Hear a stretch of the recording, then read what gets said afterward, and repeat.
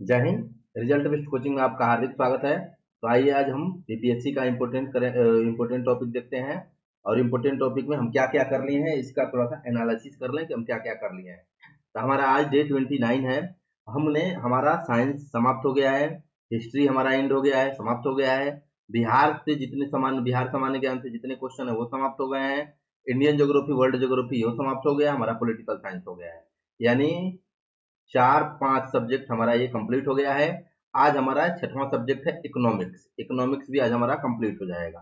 ठीक है, इकोनॉमिक्स में आज हम पढ़ेंगे भारत का विदेशी व्यापार एवं आर्थिक संकट, शेयर बाजार पढ़ेंगे और विकासशील एवं विकसित अर्थव्यवस्था पढ़ेंगे, भारतीय कृषि पढ़ेंगे और विविध पढ़ लेंगे थोड़ा सा। ठीक है, तो ये सब चीजें देखते हुए हमारा आज इकोनॉमिक्स का आज हम लोग खत्म कर देंगे। आपको अप्रैल 2025 का करंट अफेयर्स का करना है, रिवीजन करना है। देखिए 29 हमारा क्लास हो गया है।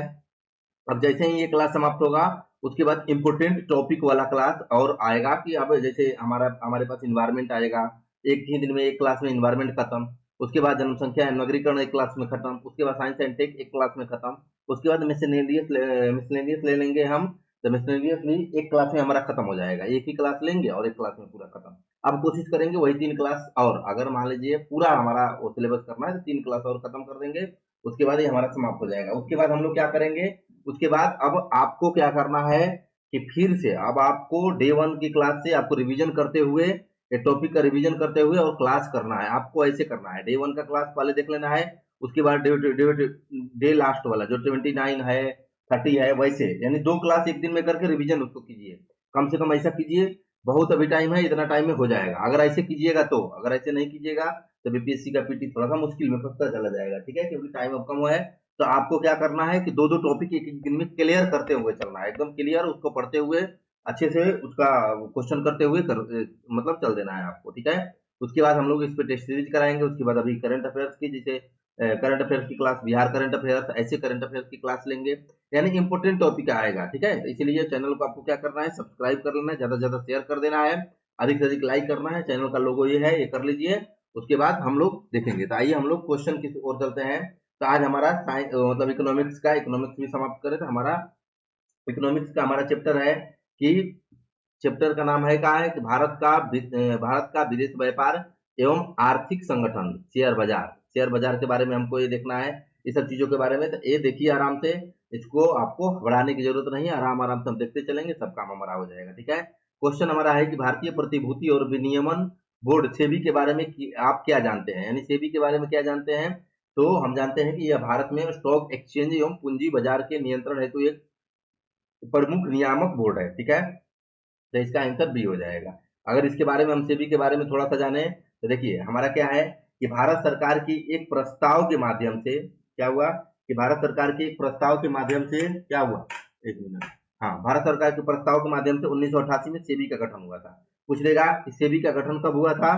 तो सेबी का गठन हुआ था, यानी सेबी का गठन हुआ है कब, 1988 में। और सेबी अधिनियम 1992 के माध्यम से यह एक स्वायत्त निकाय है। क्या कैसा निकाय है, स्वायत्त निकाय है। ठीक है, स्वायत्त निकाय है। उसके बाद अगर और देखें हम, तो इसे वैधानिक शक्तियां कहां से प्राप्त हुई है, इसे वैधानिक शक्तियां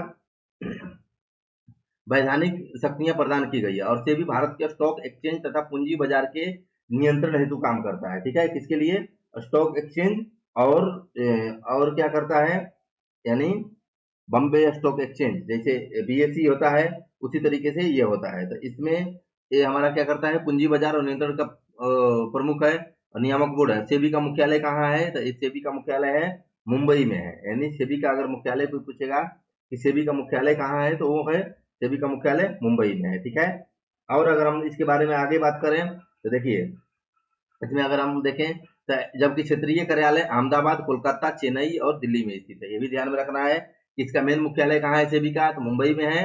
और क्षेत्रीय कार्यालय कहाँ है, अहमदाबाद, कोलकाता, चेन्नई और दिल्ली में इसका क्या है कि इसका मुख्यालय है। ठीक है, अब देखिए ये एक अर्ध विधायी और अर्ध न्यायिक निकाय है जो कि विनिमयों का मसौदा तैयार कर सकता है, पूछताछ कर सकता है, नियम पारित कर सकता है और जुर्माना लगा सकता है। ठीक है, तो ये सब हमारे क्या है सेबी के, ये हमारा काम है कि सेबी क्या क्या कर सकता है और इसका मुख्यालय कहाँ है और इसका गठन कब हुआ, ये आपको विशेष ध्यान में रखना है। ये सब चीजें जो 4-5 चीजें हैं वो आपको विशेष ध्यान में रखना है। ठीक है, तो आइए आगे हम नेक्स्ट अगर बात करें तो नेक्स्ट हमारा क्या है, यानी नेक्स्ट अगर बात करें तो नेक्स्ट हमारा क्वेश्चन है कि निम्नलिखित में से नाफ्टा, यानी नाफ्टा में सम्मिलित नहीं है। नाफ्टा में क्या सम्मिलित नहीं है, तो ग्रेट ब्रिटेन नाफ्टा में सम्मिलित नहीं है। नाफ्टा के बारे में थोड़ा सा अगर हम देख लें तो देखिए, नाफ्टा में ग्रेट ब्रिटेन सम्मिलित नहीं है। उत्तरी अमेरिका मुक्त व्यापार समझौता यानी north America free trade agreement, NAFTA यानी मैक्सिको, कनाडा और अमेरिका के मध्य हुआ एक व्यापारिक समझौता है, और जनवरी 1994 से ये क्या है कि इसको मतलब ये प्रभाव में है, ठीक है। और इस समझौता के इन समझौता में 3 देशों के बीच माल की ढुलाई लगने वाले कर को समाप्त कर दिया गया है, ठीक है। इसके अंतर्गत मुद्रा अधिकारण, पेटेंट और ट्रेडमार्क की सुरक्षा का प्रावधान किया गया है। इसे उत्तरी अमेरिका आर्थिक सहयोग समझौता के द्वारा अद्यतित किया गया है, और प्रदूषण को कम करने और पर्यावरण विनियामकों की स्थापना करने में इसकी सहायता की गई है, ठीक है। नेक्स्ट अगर क्वेश्चन के बारे में बात करें हम, तो नेक्स्ट हमारा क्वेश्चन है, देखिए नेक्स्ट क्वेश्चन है हमारा कि भारत में किस क्षेत्र में प्रत्यक्ष विदेशी निवेश इक्विटी प्रवाह उच्चतम है, किसमें, तो सेवा क्षेत्र में इक्विटी प्रवाह उच्चतम है, ठीक है। यानी जब प्रश्न पूछा था तो उस टाइम सेवा क्षेत्र में इक्विटी प्रवाह सबसे उच्चतम था। अगर 2021-22 के क्षेत्र में देखें तो इक्विटी प्रवाह वाला में देखिए सेवा क्षेत्र बैंकिंग में लगभग 12.13% इक्विटी प्रवाह था, ठीक है। नेक्स्ट अगर क्वेश्चन में देखें हम, तो नेक्स्ट क्वेश्चन क्या है कि वैश्वीकरण में सम्मिलित नहीं है। क्या सम्मिलित नहीं है वैश्वीकरण में, तो सार्वजनिक क्षेत्रों की इक्विटी का विनिवेश नहीं सम्मिलित है, आयात शुल्क की कमी, आयात लाइसेंस का उन्मूलन, प्रत्यक्ष विदेशी निवेश का उन्मुक्त प्रवाह, ये तीनों सम्मिलित है। बस सार्वजनिक क्षेत्रों की इक्विटी ये सम्मिलित नहीं है, ठीक है। देखिए, वैश्वीकरण का तात्पर्य होता है कि विभिन्न समाजों और अर्थव्यवस्थाओं के एकीकरण से है, जैसे उत्पाद, विचार, दृष्टिकोण, विभिन्न संस्कृति पहलू आदि को आपसी विनिमय के परिणाम से उत्पन्न विचार होते हैं। इसमें किसी भी देश के भीतर होने वाले आर्थिक क्रियाकलापों का वैश्वीकरण में शामिल नहीं किया जाता है, ठीक है। तो ए में आयात शुल्क में कमी, आयात लाइसेंसिंग का उन्मूलन, प्रत्यक्ष विदेशी निवेश का उन्मुक्त प्रवाह इत्यादि वैश्वीकरण में सम्मिलित किया जाता है, ठीक है। और सार्वजनिक इक्विटी का विनिवेश किसी देश विशेष का होने के कारण यह वैश्वीकरण में शामिल नहीं है, तो ये आपको ध्यान में रखना है। ऐसे ही क्वेश्चन बीपीएससी पूछता है, ठीक है। नेक्स्ट क्वेश्चन है कि भारत में अर्थ शोधन निवारण अधिनियम कब से हुआ था, तो कब से हुआ था, 2005 से हुआ है, ठीक है। 2005 से अर्थ शोधन अधिनियामक अधिनियम हुआ है, ये भी ध्यान में रखना है। यानी मनी लॉन्ड्रिंग निवारण अधिनियम 2005 से लागू है, और मनी लॉन्ड्रिंग से तत्पर है कि अवैध तरीके से अर्जित किए गए काले धन को वैध तरीके से अर्जित किए गए धन के रूप में दिखाना, ठीक है। जैसे अवैध तरीके से मान लीजिए कोई आदमी है, अवैध तरीके से काले धन इकट्ठा कर लिया है और उसको वैध तरीके से दिखा रहा है, तो क्या हो जाएगा, मनी लॉन्ड्रिंग में हो जाएगा, ठीक है।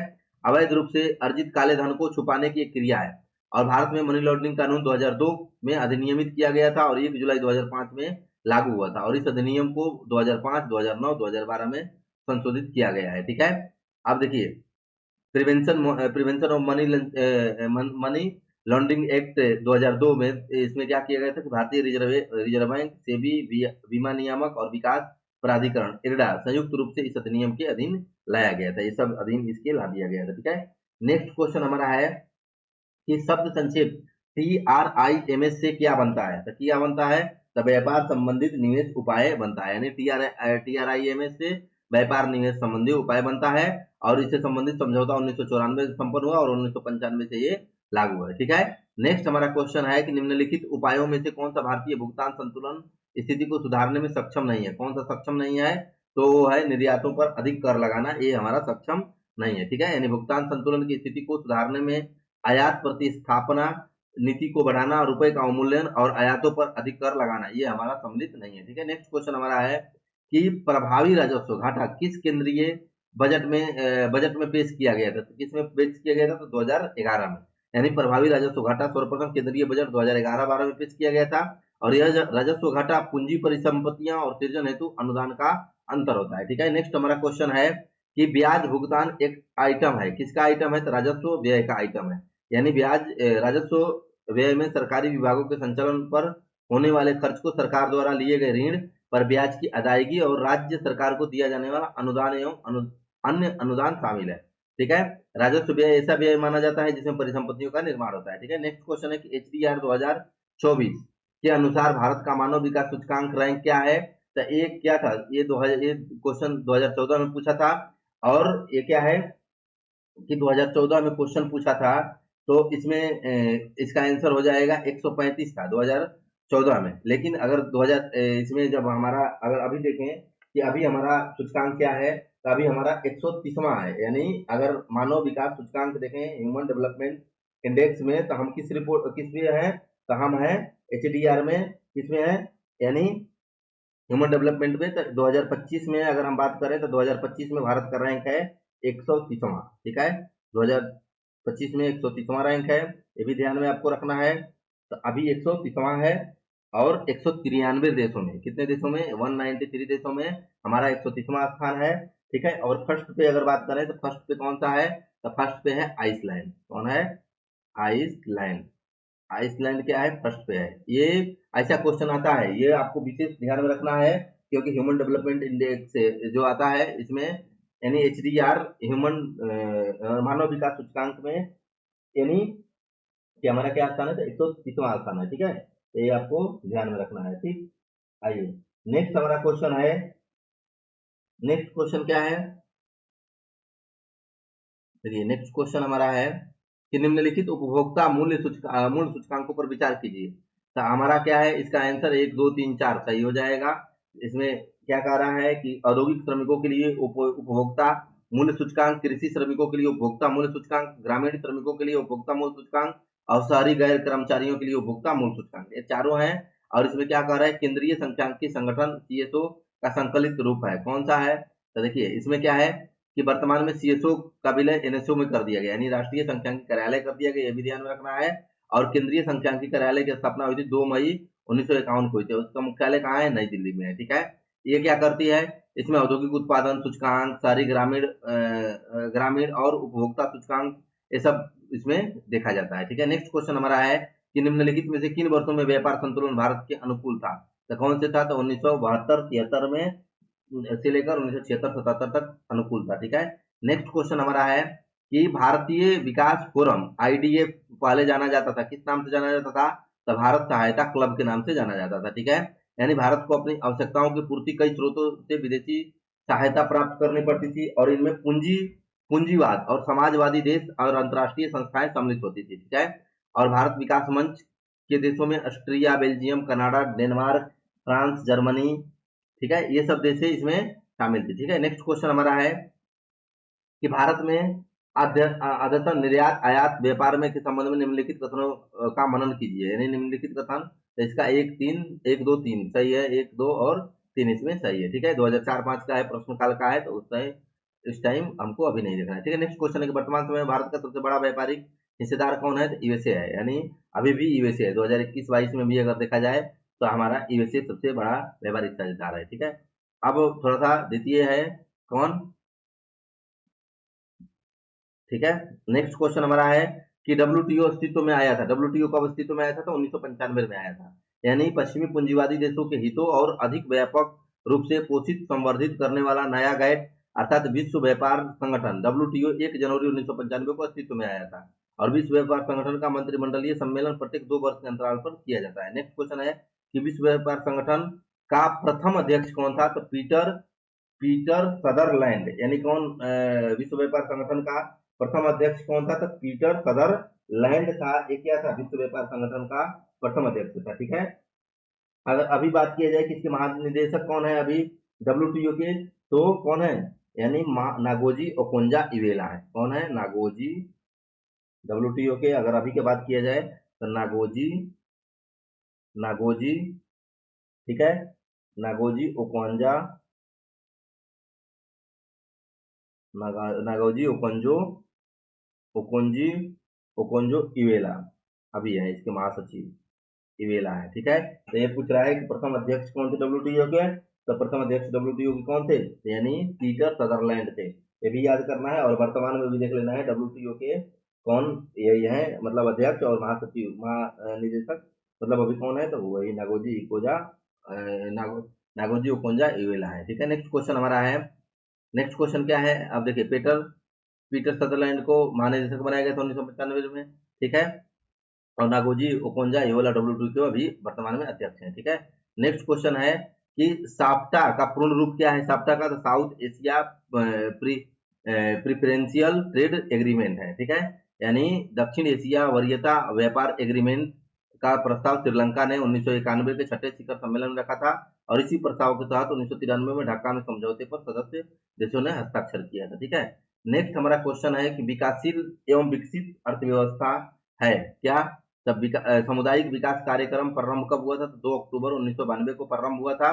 ठीक है, तो अब देखिए हमारा ये टॉपिक आ गया है विकासशील एवं विकसित अर्थव्यवस्था। ठीक है, तो इसका पहला क्वेश्चन है कि सामुदायिक विकास कार्यक्रम कब स्टार्ट हुआ था? 2 अक्टूबर 1952 को स्टार्ट हुआ था। ठीक है, 2 अक्टूबर 1952 को ये स्टार्ट किया गया था और इस कार्यक्रम का प्रमुख उद्देश्य क्या था कि ग्रामीण ग्रामीण समुदाय की प्रगति एवं श्रेयस्कर जीवन स्तर के लिए पथ प्रदर्शन करना, और क्योंकि ग्रामीण समुदाय का संपूर्ण जीवन किसी न किसी रूप में कृषि से ही प्रभावित होता है। ठीक है, नेक्स्ट हमारा क्वेश्चन है कि समुदाय विकास समुदाय विकास क्या कर रहा है कि समुदाय विकास कार्यक्रम का क्या उद्देश्य है? तो इसका आंसर हो जाएगा ई, यानी सामुदायिक विकास कार्यक्रम चालू किया गया था 2 अक्टूबर 1952 को हुआ था और यह एक अमेरिकी अवधारणा है, ये भी ध्यान में रखना है, और भारत में अमेरिकी से ग्रहण किया गया था और इसका मुख्य उद्देश्य ग्रामीण भारत के पुनर्निर्माण के लिए योजना बनाना था। ठीक है, देखिए इसका उद्देश्य क्या क्या था, तो इसका उद्देश्य हम थोड़ा सा देख लेते हैं। निम्न था, यानी कौन कौन? ग्राम समुदायों की अवधारणा के समग्र रूप से लागू करना, जाति, धार्मिक और आर्थिक भेदों को मिटाकर गांवों का समग्र विकास करना, और क्या था कि यह ग्रामीण लोगों में आत्मविश्वास एवं आत्मनिर्भरता का विकास करता है। ठीक है, ये सब चीजें इसमें थी, ये आपको ध्यान में रखना है। ठीक है, नेक्स्ट क्वेश्चन हमारा है कि निम्नलिखित में से कौन सा उपग्राम प्रोफेसर अमर्त्य सेन से संबंधित है? तो कौन सा है? तो सक्षमता उपागम। ठीक है, यानी उपागम कौन सा है? प्रोफेसर अमर्त्य सेन से, तो सक्षमता उपागम अमर्त्य सेन से संबंधित है। ठीक है, ऐसे ऐसे क्वेश्चन पूछता है बीपीएससी, आपको विशेष ध्यान में रखना है। ठीक है, देखिए प्रोफेसर अमर्त्य सेन का संबंध सक्षमता उपागम से था। अमर्त्य सेन अपने अर्थशास्त्री विवेचना के दौरान उन्होंने समाज के निम्न स्तर व्यक्तियों की आर्थिक एवं सामाजिक कारणों को समझने और गरीबी के कारणों की समीक्षा करने पर पूरा ध्यान दिया। उन्होंने समाज में आय वितरण की स्थिति को दर्शाने के लिए निर्धनता सूचकांक विकसित एवं अन्य कल्याण संकेतकों को परिभाषित किया। अमर्त्य सेन के अनुसार कल्याण की स्थिति तक पहुंचाने के लिए समता महत्वपूर्ण नहीं था और महत्व हमेशा उन गतिविधियों का होता था जिनके लिए समता की आवश्यकता पड़ती थी। ठीक है, लोकतंत्र अपने नागरिकों को विकास के लिए सबको समान अवसर उपलब्ध कराने का पक्षधर होता था। ठीक है, आइए अगर इसमें देखा जाए तो 1998 में कल्याणकारी अर्थशास्त्र के लिए नोबेल पुरस्कार से सम्मानित इनको किया गया था, अमर्त्य सेन को। ठीक है, ये भी क्वेश्चन पूछ सकता है कि अमर्त्य सेन जी को नोबेल पुरस्कार कब मिला था? तो 1998 में मिला था। क्यों? कल्याणकारी अर्थव्यवस्था के लिए। ठीक है, नेक्स्ट क्वेश्चन हमारा है, नेक्स्ट क्वेश्चन है कि भारत में मध्य अर्धशतक में अपनाए गए महानोल्विस प्लान मॉडल का उद्देश्य क्या था? तो इसका था भारी उद्योगों की स्थापना करना जो पूंजी सघन थे, यानी भारत की द्वितीय पंचवर्षीय योजना 1956 से 61 के आधार तत्कालीन योजना आयोग के सदस्य पीसी महानोल्विस द्वारा तैयार किया गया था और इस योजना में उच्च विकास दर करने के लिए आधारभूत एवं भारी उद्योगों पर विशेष बल के साथ तीव्र औद्योगिकरण के जरिए बेरोजगारी समाप्त करने का मुख्य लक्ष्य बनाया गया था। ठीक है, नेक्स्ट क्वेश्चन हमारा है, नेक्स्ट क्वेश्चन क्या है कि भारत में किस तरह की अर्थव्यवस्था है? तो कैसी है अर्थव्यवस्था? तो मिश्रित अर्थव्यवस्था है, यानी जो हमारा भारत है वहाँ अर्थव्यवस्था मिश्रित अर्थव्यवस्था है, यानी निजी एवं सार्वजनिक क्षेत्रों और बाजार नियंत्रण तथा राज्य की भूमिका घनिष्ठ रूप से संबंधित होती है। ये दोनों एक इकाई दो घटक के रूप में कार्य करते हैं। यह एक ऐसी प्रणाली है जिसमें पूंजीवाद एवं समाजवाद दोनों ही विचारधाराओं का समन्वय होता है। ठीक है, नेक्स्ट अगर क्वेश्चन के बारे में हम बात करें तो हमारा नेक्स्ट क्वेश्चन क्या है कि विश्व बैंक के नवीनतम विकास प्रतिवेदन के अनुसार भारतीय अर्थव्यवस्था की स्थिति क्या है? तो अब तो इसमें जो ये पूछा है तो पांचवी है, लेकिन अब चौथी हो गई है। हमारी अर्थव्यवस्था की जो स्थिति है अभी वर्तमान में अभी हमारी अर्थव्यवस्था की स्थिति है चौथी। ठीक है, ये बात आपको ध्यान में रखना है। ठीक है, हमसे बड़ी अर्थव्यवस्था कौन कौन सी है? यानी अमेरिका है, चीन है और जापान है। ठीक है, जापान है। ठीक, तो आइए नेक्स्ट अब क्वेश्चन के अगर हम बारे में बात करें तो जैसे जैसे अर्थव्यवस्था विकसित होती है राष्ट्रीय आय में तृतीय क्षेत्रों का अंश क्या होता है? बढ़ता जाता है। तृतीय क्षेत्रों का तो यानी जैसे तृतीय क्षेत्र में व्यापार, परिवहन, संचार, बैंकिंग, ये सब चीजों की आयात बढ़ता जाता है। ठीक है, अर्थशास्त्र में 1998 में नोबेल पुरस्कार किसे मिला था? तो अमर्त्य सेन जी को मिला था। ठीक है, यानी कल्याणकारी अर्थव्यवस्था के लिए इनको नोबेल पुरस्कार दिया गया था। 1998 में भारतीय मूल के ब्रिटिश अर्थशास्त्री अमर्त्य सेन जी को कल्याणकारी अर्थव्यवस्था में के लिए नोबेल पुरस्कार दिया गया था। ठीक है, अर्थशास्त्र के क्षेत्र में नोबेल पुरस्कार 1969 में यानी 1969 से दिया जा रहा है। ये भी पूछेगा कि अर्थशास्त्र में नोबेल पुरस्कार किस सन से दिया जा रहा है? तो 1969 से दिया जा रहा है। नेक्स्ट क्वेश्चन है कि पिछले दशक के दौरान भारतीय अर्थव्यवस्था के किस क्षेत्र का महत्वपूर्ण विकास हुआ है? तो किसका? तो तृतीय क्षेत्र का विकास हुआ है। यानी जब हमारा औद्योगिकरण आया, आर्थिक नीति में सुधार हुआ 1991 में, तो राव मनमोहन मॉडल इसे भी कहा जाता है, और भारतीय अर्थव्यवस्था के तृतीय क्षेत्रों में सर्वाधिक विकास हुआ था। ठीक है, तो इसमें ये बात आपको ध्यान में लेकर रखना है, जैसे व्यापार, परिवहन, संचार, ये सब में ज्यादा वृद्धि हुआ था। नेक्स्ट क्वेश्चन है कि भारतीय अर्थव्यवस्था का कौन सा क्षेत्र सकल उत्पादन क्षेत्र का अधिक योगदान करता है? तो तृतीय क्षेत्र सबसे अधिक योगदान करता है। ठीक है, नेक्स्ट हमारा क्वेश्चन है, नेक्स्ट क्वेश्चन है कि भारत में आर्थिक विकास अवरुद्ध रहा है, मुख्यतः कब अवरुद्ध रहा है? तो किसके लिए अवरुद्ध रहा है? तो सभी कारणों से भारतीय अर्थव्यवस्था जो आर्थिक विकास है इसका अवरुद्ध रहा है। अकुशल कृषि व्यवस्था के कारण, अनियमित औद्योगिकरण के कारण, और पश्चात सामाजिक अभिवृद्धियों के कारण भी औद्योगिक व्यवस्था अर्थव्यवस्था पीछे है। ठीक है, नेक्स्ट हमारा क्वेश्चन है कि भारतीय अर्थव्यवस्था में संयुक्त क्षेत्र का क्या अभिप्राय है?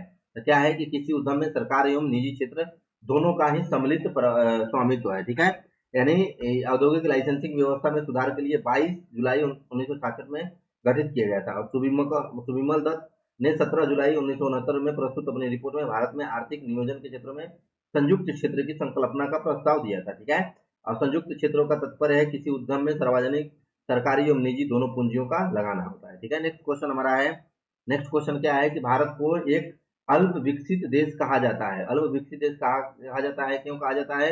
तो 2, 3, 4 के लिए, यानी तीव्र गति से जनसंख्या में वृद्धि के कारण, कृषि पर अधिक निर्भरता के कारण, और औद्योगिक उन्नति की मंदी के कारण एक किया गया है। ठीक है, ठीक है, यानी देखिए इसमें क्या किया गया है कि यानी भारत में अल्प विकसित अर्थव्यवस्था का अंतर्गत रखा जाता है निम्न प्रति व्यक्ति आय, कृषि पर अधिक निर्भरता, निम्न कृषि उत्पादकता, आय व संपत्ति की अत्यधिक असमानता, तीव्र जनसंख्या वृद्धि और ग्रामीण जनसंख्या की बहुलता, निम्न जीवन स्तर पर स्वास्थ्य और औद्योगिक विकास की मंदी एवं तकनीकी को पिछड़ना। ठीक है, नेक्स्ट हमारा क्वेश्चन है, नेक्स्ट क्वेश्चन क्या है? नेक्स्ट क्वेश्चन है कि भारत में नियोजित अर्थव्यवस्था आधारित है। नियोजित अर्थव्यवस्था आधारित है तो किस पे? तो मिश्रित अर्थव्यवस्था पे आधारित है। यानी हमारे यहाँ मिश्रित अर्थव्यवस्था की प्रारंभ प्रथम औद्योगिकरण नीति 6 अप्रैल 1948। अगर पूछेगा कि प्रथम औद्योगिकरण नीति कब आया था, तो 1948 में हुआ था। ठीक है, 1948 में आया था औद्योगिक नीति। तो इसमें क्या हुआ था कि इनके अनुसार उद्योग धंधों को उनके महत्व के आधार पर 4 भागों में बांटा गया था। पहला, सह अस्तित्व को स्वीकार किया गया। ठीक है, दूसरा, तीव्र आर्थिक विकास किया गया, तीव्र औद्योगिकरण किया गया, आत्मनिर्भरता को प्रोन्नत किया गया। ठीक है, ये सब चीजें थी। ठीक है, आइए नेक्स्ट हमारा क्वेश्चन है कि निम्नलिखित में से कौन सा सही नहीं है? कौन सा सही नहीं है?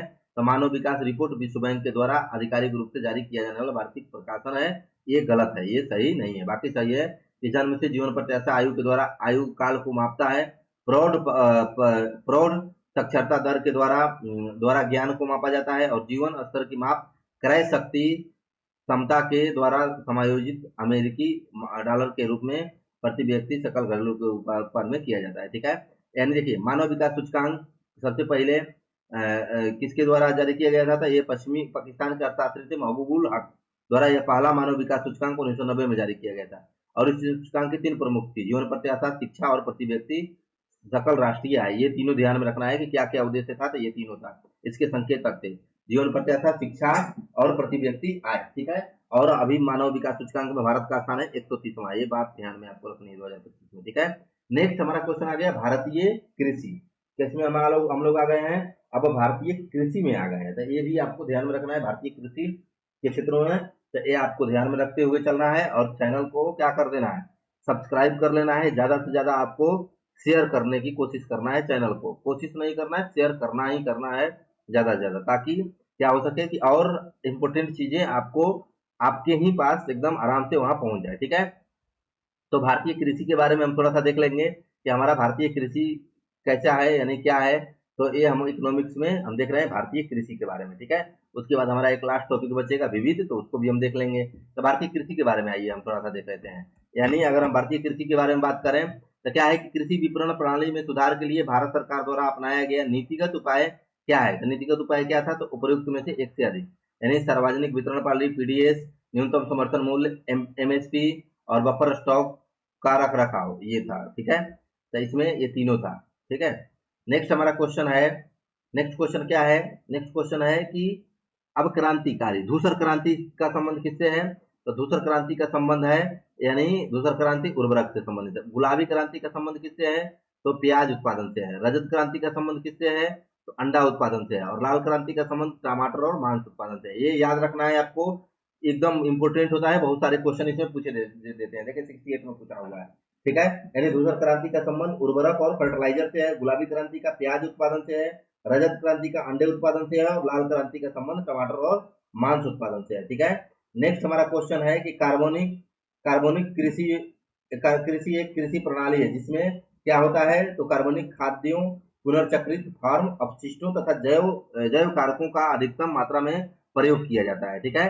तो इसमें प्रयोग नहीं किया जाता है, और पुनर्चक्रित फार्म अपशिष्टों तथा जैव कारकों का अधिकतम मात्रा में प्रयोग किया जाता है, ठीक है। नेक्स्ट क्वेश्चन हमारा है कि भारत में न्यूनतम समर्थन मूल्य का निर्धारण कौन करता है? कौन करता है? तो कृषि लागत एवं मूल्य आयोग करता है, ठीक है।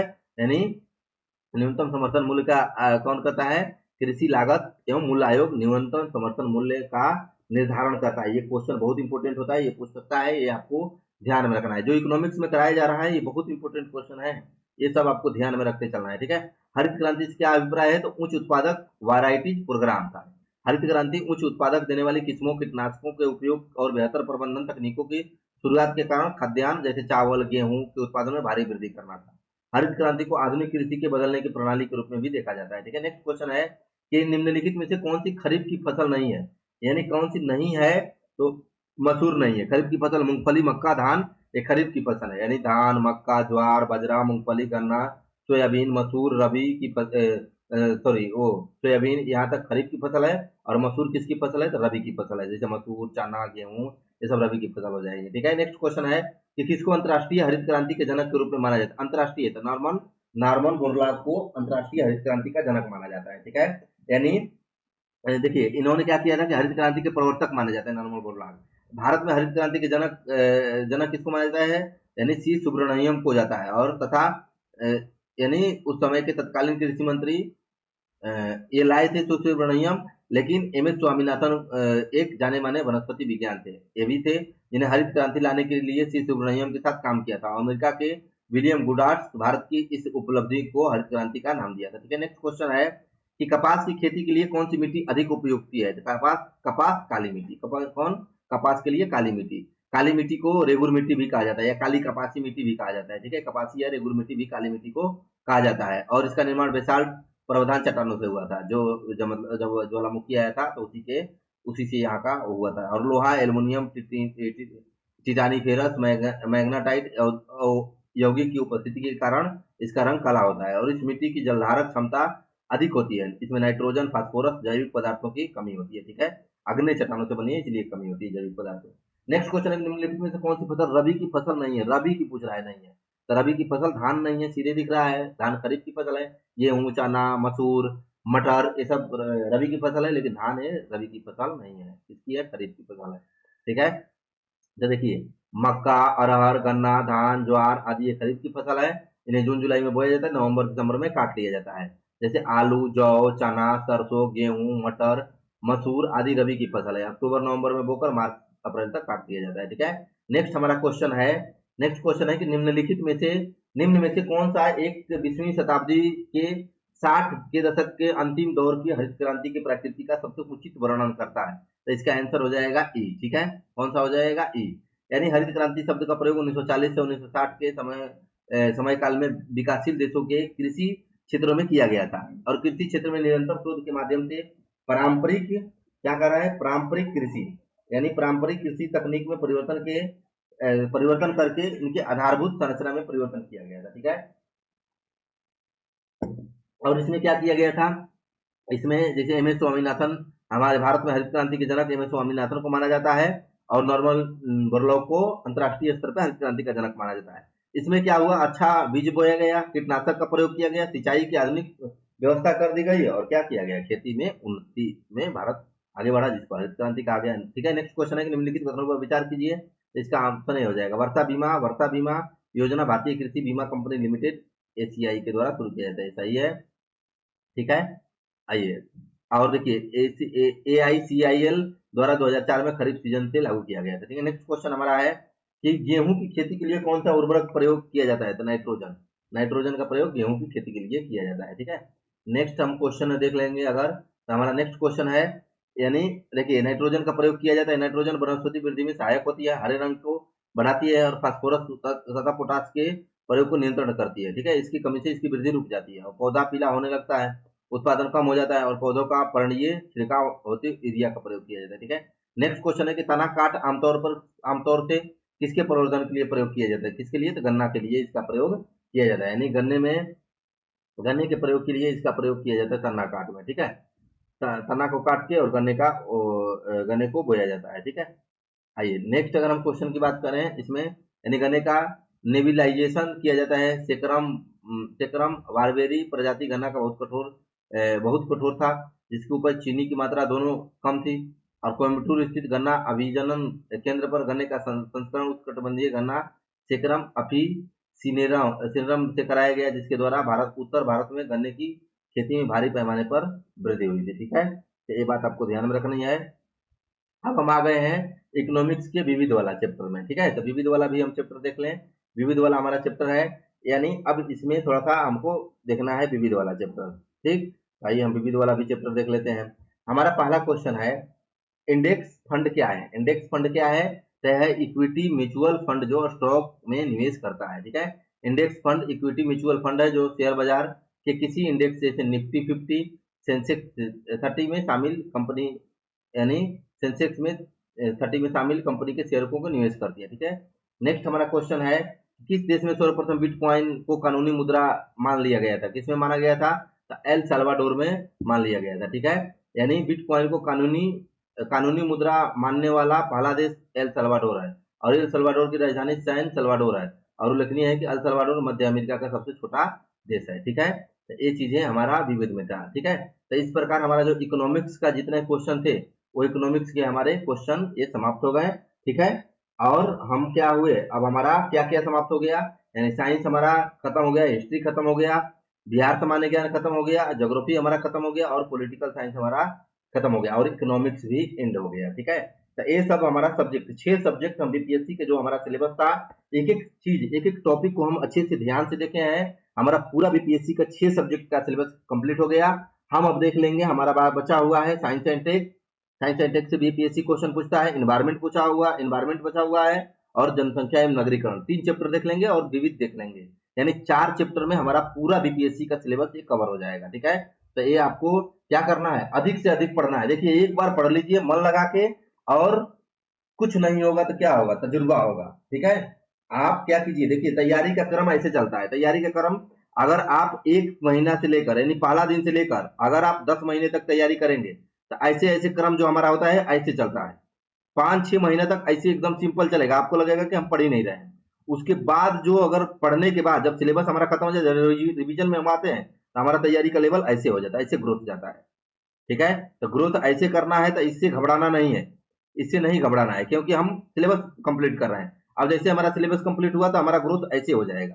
तो इस तरीके से आपको पढ़ाई करना है। ठीक है, जोश और जुनून के साथ लग जाइए, और 2-3 क्लास और लेकर उसके बाद हम लोग डे 1 का क्लास आपको उसमें हम टॉपिक भेजेंगे, आपको वीडियो देख के आपको कंप्लीट करते चल जाना है। ठीक है, बार बार कंप्लीट करिए, आपका एकदम इस बार सिलेक्शन हो जाएगा। जो बुक बताया उसको मिला के पढ़ लीजिए, थोड़ा टाइम टेकन है, लेकिन क्या करना पड़ेगा, पढ़ना तो पड़ेगा ही। ठीक है, तो आज की क्लास बस इतना ही, तब तक के लिए धन्यवाद। जय हिंद, जय भारत।